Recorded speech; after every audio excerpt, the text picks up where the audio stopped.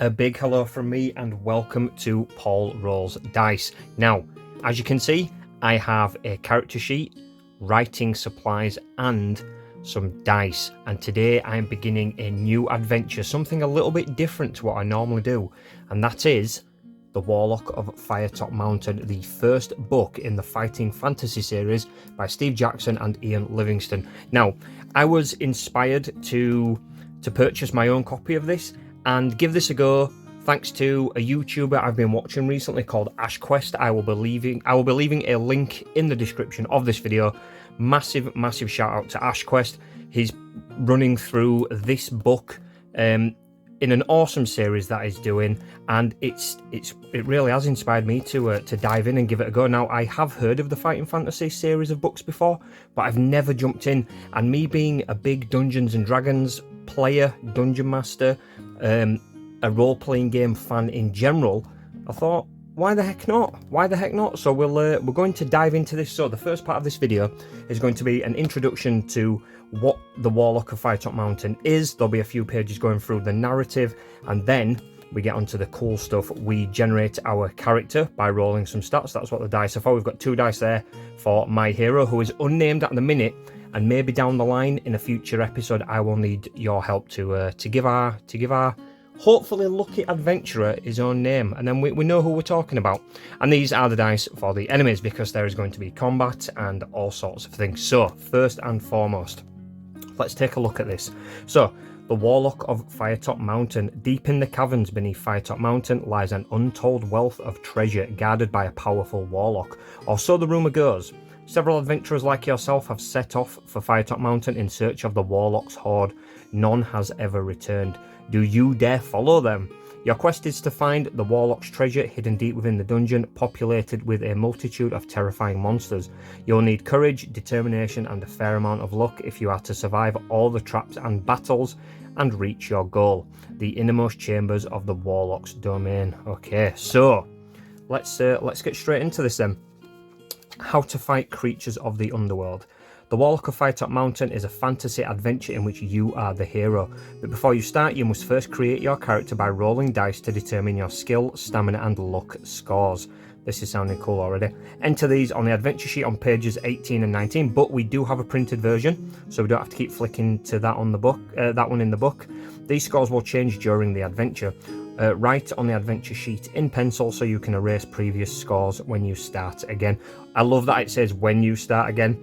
There's no way we're doing this first try, I think. I mean, we'll see. Or make photocopies of the blank adventure sheet. Okay, so skill, stamina, and luck. To determine your initial skill, stamina, and luck scores, do the following. Roll 1 die, add 6 to this number, and enter this total in the skill box on the adventure sheet. So we will put the dice tray there. We will get ready. Actually, we'll move it to the other side because I am right-handed. So we'll put the dice there. Let's get this ready. Right, so roll 1 die, add 6 to this number, and enter this total in the skill box. So up there, initial skill. So 1 dice. Let's get the monster ones out of the way. We will turn this into 1 dice. Okay, so we've got 3. So we add 6 to it. So that, I guess that's an average skill. We've got an initial starting skill of 9. Okay, we've got that. Next, roll both dice, add 12 to the number rolled, and enter this total in the stamina box. Okay, both dice. Ooh, we've got 8. Okay, add 12. We're on 20 stamina. Okay. 20. Roll 1 die, add 6 to this number, and enter this total in the luck box. 1 dice again. Okay, so that's a 6. I was going to say with these dice, I am using the dice from my Avatar Legends role-playing game where the fire symbol is the 6. The reason I'm using the fire one is because it's called Warlock of Firetop Mountain. I thought it'd be really cool to see a flame. If we have a roll of 6, and we have, so our initial luck is 12. That could not be better. That is really cool. Okay, so those are our base stats. Hopefully you can see those on there. So Skill reflects your swordsmanship and fighting expertise. The higher the better. Stamina represents your strength. The higher your stamina, the longer you will survive. So I guess that's your hit points. Luck represents how lucky a person you are. Luck and magic are facts of life in the fantasy world you're about to explore. Skill, stamina and luck scores change constantly during an adventure, so keep an eraser handy. You must keep an accurate record of these scores, but never rub out your initial scores.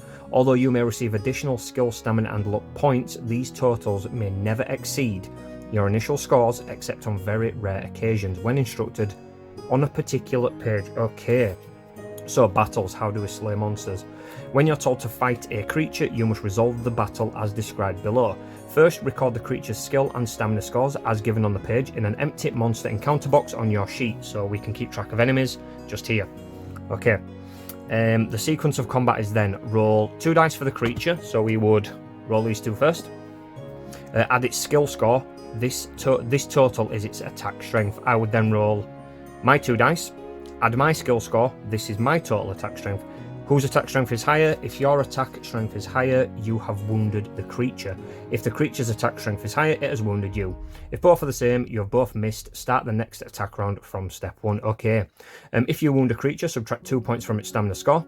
You may use luck here to do additional damage.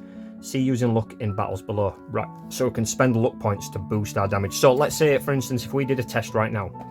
Let me just put these in the middle. If I roll, let's say the enemy's got a skill of 5. If I roll these, so we've got 4 and 4, 8 plus 5, total skill 13. My initial starting score is 9. I would roll these. Ooh, there we go. I would be on 15, so I would win that round of combat. I would deal 2 points of stamina damage to the enemy. That's simple enough. Okay.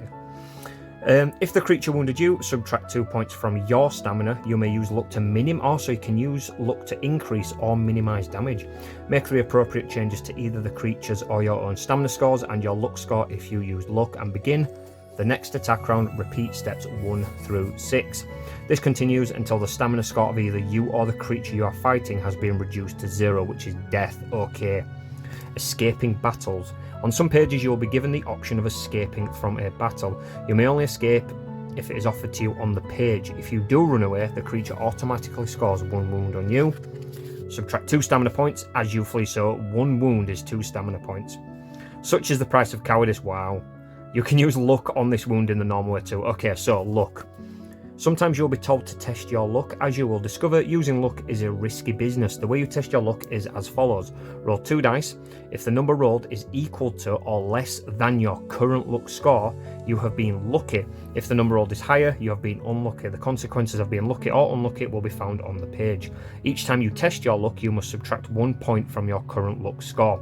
So the more you rely on luck, the more risky it becomes. Okay, so I start with 12 luck. So if I wanted to increase the damage of an attack, because I start on 12, I would roll 2d6. And as long as it's under my starting score, which it would be naturally because I've got max luck, because we're very lucky with rolling the stats, that would be okay. But then it would go down to 11, down to 10, down to 9, etc, etc, the more we use it. So using luck in battles. In battles, you always have the option of using your luck either to score a more serious wound on a creature, or to minimize the effects of a wound the creature has just scored on you. If you have just wounded the creature, you may test your luck as described above. If you are lucky, subtract an additional 2 points from the creature's stamina. Wow, so that's like, it's kind of like generating a critical hit, I guess. But if you are unlucky, you must restore 1 point of, so you'd only do 1 point of damage. So if we're unlucky, we cause 1 damage. If the creature has just wounded you, you can test your luck to try to minimize the wound. If you are lucky, restore 1 point of stamina. If you are unlucky, subtract 1 extra point. Wow, okay. Don't forget to subtract 1 point from your luck score each time you test your luck.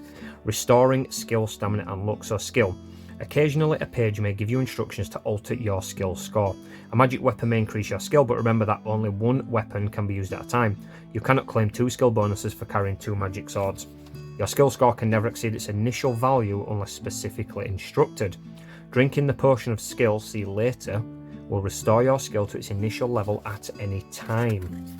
Okay, stamina and provisions. Your stamina score will change a lot during the adventure. As you near your goal, your stamina level may be dangerously low and battles may be particularly risky, so be careful. You start the game with enough provisions for 10 meals, see equipment and potions. A separate provisioned remaining box is provided on the adventure sheet for recording details of provisions. You may rest and eat only when allowed by the instructions on a page, and you may eat only one meal at a time. When you eat a meal, add 4 points to your stamina score and deduct 1 point from your provisions. Remember that you have a long way to go, so use your provisions wisely, and don't forget stamina may never exceed its initial value unless specifically instructed. Drinking a potion of strength, see you later, will restore your stamina to its initial level. Luck. You will find additions to your luck score awarded when you have been particularly lucky. This is down here. Remember that, as with skill and stamina, your luck score may never exceed its initial value unless specifically instructed on a page. Drinking the potion of fortune will restore your luck to its initial level at any time and increase your luck by 1. So that one can go over easier than stamina and skill.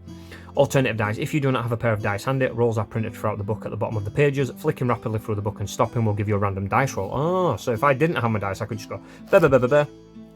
Oh, okay, I'd have rolled 2 6s. Cool. Right, so I've done that. Equipment and potions. You start your adventure with a sword, leather armor, and a shield, a backpack containing provisions for the trip, and a lantern to light your way. But you will find lots more items as the adventure unfolds. You may also take a magical potion which will aid you on your quest. Each bottle of potion contains enough for 2 measures. It can only be used twice during an adventure. Each time it is used, make a note on your adventure sheet. Choose one of the following: potion of skill, potion of strength, potion of fortune. And my skill's average, so I'm kind of tempted to take a potion of skill which restores skill points back up to the starting point. Yeah, you know what, we're naturally lucky already, so I will take, let me write it down, I'm taking potion of skill.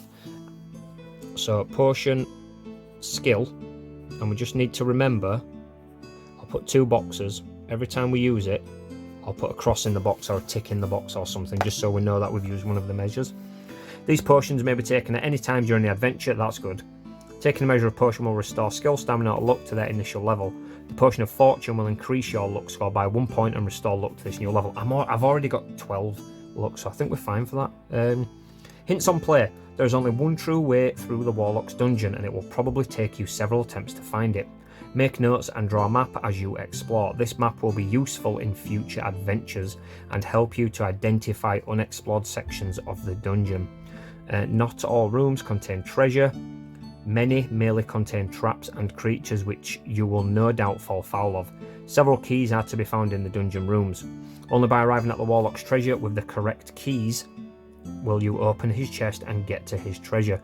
The one true way involves a minimum of risk, and any player, no matter how weak on initial dice rolls, should be able to get through fairly easily. So that's if you know the way.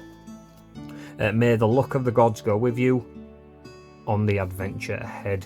Okay, so now that's someone's old thingamabob there. So before we carry on and actually start, I do need to jot down my equipment list. So it does say, so I'll just write this down. So we start with sword, leather armor. So I will put sword, leather armor. I'm turning this video into pencil scratching ASMR right now. Leather armor, and then we have a shield. Backpack containing provisions. So provisions remaining, we have 10. We've not used any of them. No gold, no jewels. We've got all of our stats. I think that's everything. We've got our potion. We'll skip over that. So here we go then. So let's dive into the narrative. That's character creation done. We're almost ready. So rumours. Only a foolhardy adventurer would embark upon such a perilous quest without first finding out as much as possible about the mountain and its treasures. Before your arrival at the foot of Firetop Mountain, you spend several days with the townsfolk of a local village, some 2 days' journey from the base. Being a likeable sort of person, you found it easy to get on with the local peasants. Although they told many stories about the mysterious warlock sanctuary, you could not feel sure that all, or indeed any, of these were based on fact. The villagers had seen many adventurers pass through on their way to the mountain, but very few ever returned. The journey ahead was extremely dangerous, that you knew for certain. Of those who returned to the village, none contemplated going back to Firetop Mountain.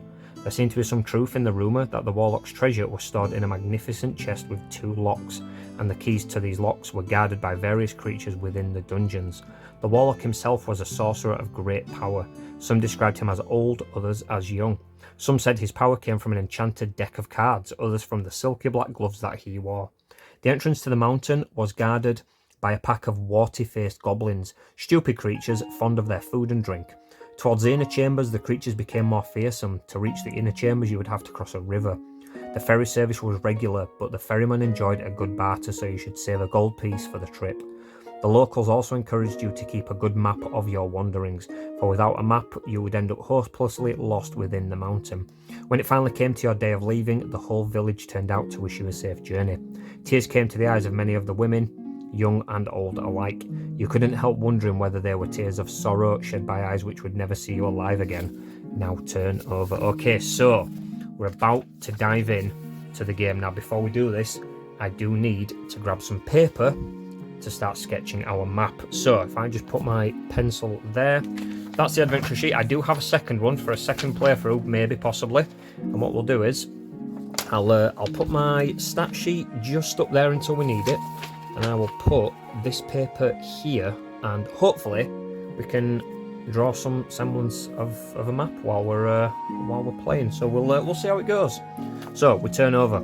I think this is the beginning, guys. Okay, number 1. Nice artwork. I should have said as well where is there's information on the artist, because that would be really nice. Let's have a look. Does it say illustrated by Russ Nicholson? And there's a creepy worm monster thing. Okay, so number 1. At last your 2-day hike is over.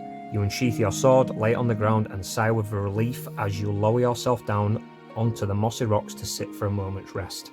You stretch, rub your eyes, and finally look up at Firetop Mountain. The very mountain itself looks menacing. The steep face in front of you looks to have been savaged by the claws of some gargantuan beast. Sharp rocky crags jut out at unnatural angles. At the top of the mountain you can see the eerie red colouring, probably some strange vegetation, which has given the mountain its name. Perhaps no one will ever know exactly what grows up there, as climbing the peak must surely be impossible. Your quest lies ahead of you. Across the clearing is a dark cave entrance. You pick up your sword, get to your feet, and consider what dangers may lie ahead of you. But with determination, you thrust the sword home into its scabbard and approach the cave. You peer into the gloom to see dark, slimy walls with pools of water on the stone floor in front of you. The air is cold and dank. You light your lantern and step warily into the blackness. Cobwebs brush your face and you hear the scurrying of tiny feet, rats most likely. You set off into the cave. After a few yards, you arrive at a junction. Will you turn west or east? Ooh, okay. I'm kind of naturally inclined to turn east, so we are going to turn east to page 278. But before that, we'll read a little bit here as well. The steep face in front of you looks to have been savaged by the claws of some gargantuan beast. Very, very nice. So we are going to 278. 278, there we go. Ignore that there. 278. The passageway soon comes to an end at a locked wooden door. You'll listen at the door but hear nothing. Will you try to charge the door down? If so, turn to 156. If you would rather turn round and go back to the junction, turn to 92. So, we essentially entered, and then I turned east, right? So just turn this way, and we are essentially there. We're at a door. So I should really do I jot down the numbers? I don't know. So options are, will you charge down the door or turn round? I'm going to charge down the door. Turn to 156. 156. There we go.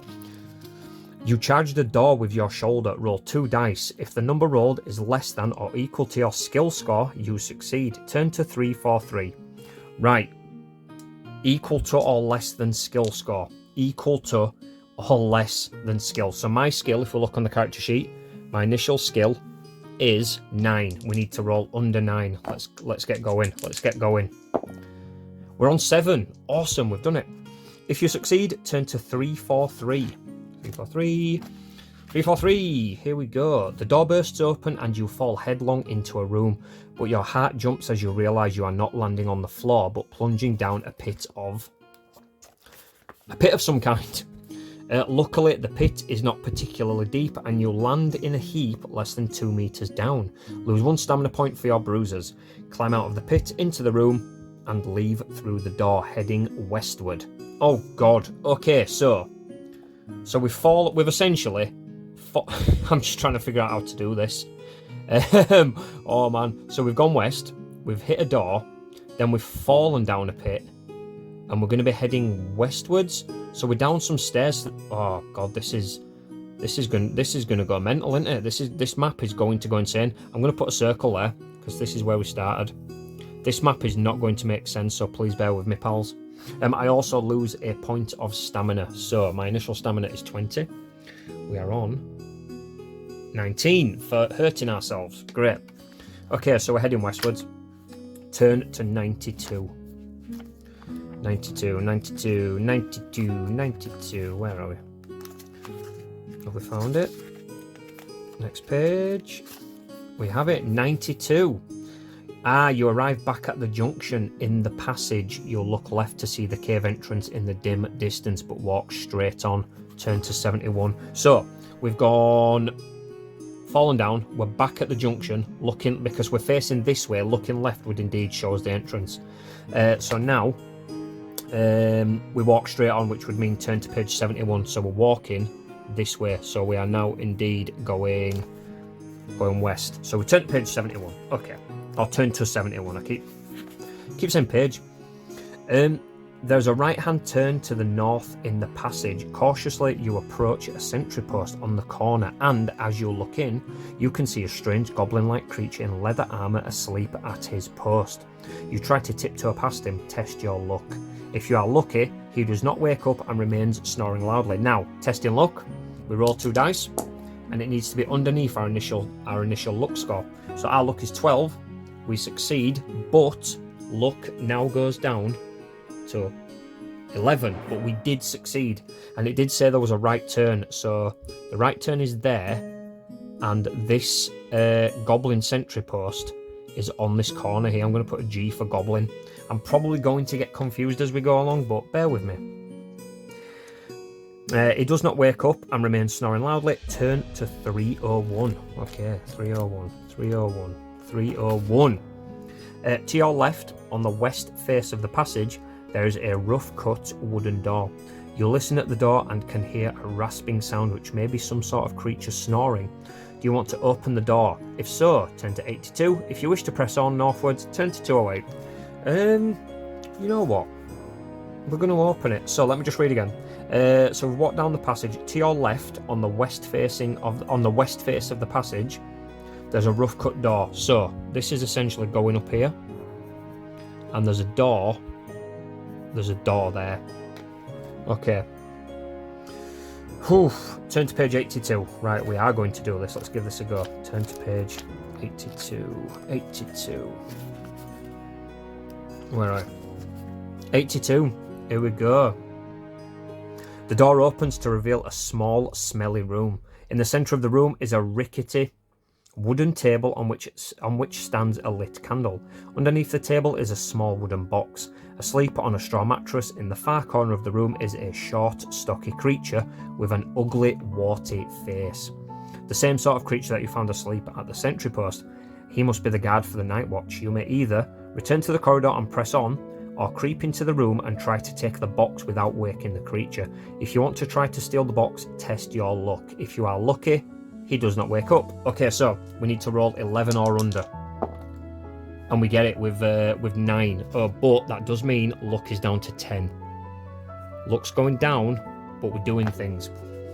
If you are lucky, he does not wake up. Turn to 147. 147. Okay. 147.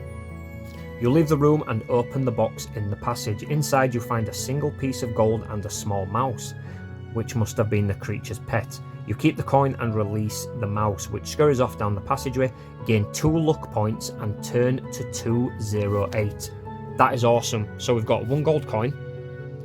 We gain 2 luck points, which means we are now back up to our initial. And as we recall, we cannot go over our initial unless something states that we can do so. So what I'll do is I will robot those. So we're back up to 12. So all of that adventuring has paid off. Really cool. Okay. Screws off down the passage. Turn to 208. Okay, 208. 208. 208. Where are we? 208. Further up the passage along the west wall, you see another door. You listen at it but hear nothing. If you want to try opening the door, turn to 397. If you want to continue, turn to 363. 397, we're going to open this. We need to explore as much as we can. What was it? 397? I hope so now. 397. The door opens to reveal a small room with a stone floor and dirty walls. There's a stale smell in the air. In the centre of the room is a makeshift wooden table on which is standing a lit candle. Under the table is a small box. In the far corner of the room is a straw mattress. You may either open the box or leave the room. We're going to open it. 240, 240, 240. Let's open this. There it is as well. Oh, look. Oh, God.